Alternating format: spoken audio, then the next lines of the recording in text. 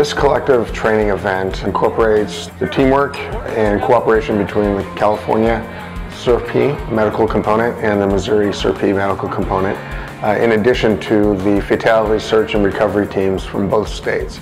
We are doing our PAPR mask fit test, and that's an annual requirement for all of our people to make sure that our personal protective equipment is fitting properly. They're in here doing the hazmat operations training right now, and then on Thursday and Friday we will roll out our footprint, basically do some share training. What we're doing is called quantitative mask fit testing. First thing we do is we're going to review the paperwork that they bring with them. They have to fill out a questionnaire, and depending on whether this is the first time they've ever had a respirator fit test or if this is an annual renewal of that fit test process, we'll review the paperwork to make sure there's nothing in there that would cause us any concern about them wearing a respirator. Make sure that they've got medical clearance from a physician to wear the respirator.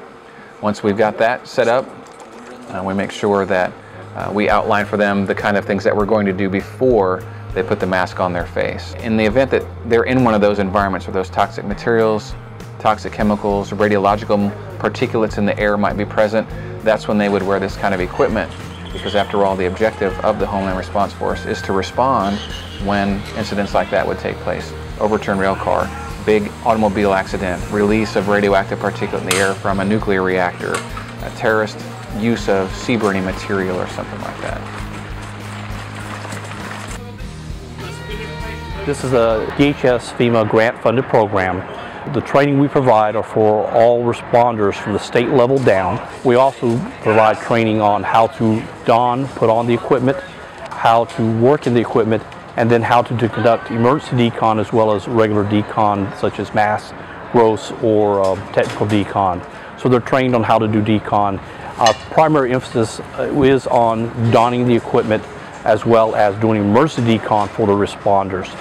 So at the end of the day, they will have gone through pretty much all the modules, and they should have a good understanding of what they would be expected to do should they be called for or arrive on a scene as an operation level responder. In the past year or so, we've seen an increase in the National Guard requests for training, especially with their CERP and the HERF missions that they now have, augmenting and assisting local communities should they have a major disaster, either man-made or a natural disaster that would involve hazardous materials.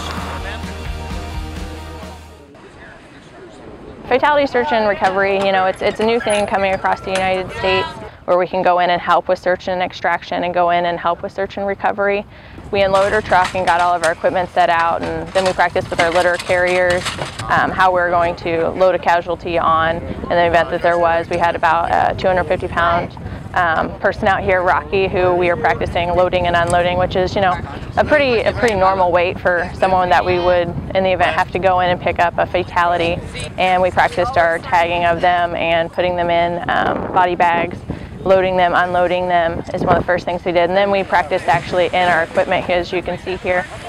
We just got done doing that, practicing with our PAPR equipment, our breathing equipment, and all of our hazmat equipment. Slide your hands into the arm. It definitely is really challenging because you never really know what you're going to find whenever you go out there. Here we simulate that we have one, 250-pound body and they've passed out or something. You very could be going out and you are individually tagging body parts, depending upon what type of disaster you're going into. So it's really rough on the people that go in and do that. You got to always be squared away and have your stuff ready at all times. That's why we're out here doing this type of training, because we need to be down there. They might give us a call and say, hey, have your stuff ready in 6 hours, we're getting on the plane. So you've got to always make sure all your stuff's ready to go. And it's good to be able to be that first person in there and provide comfort to people and be able to go in and do your job and do it well. I think it's a really neat mission. It feels good to go in and be able to help a community that's had a lot of disaster and be able to go in and be that first relief there.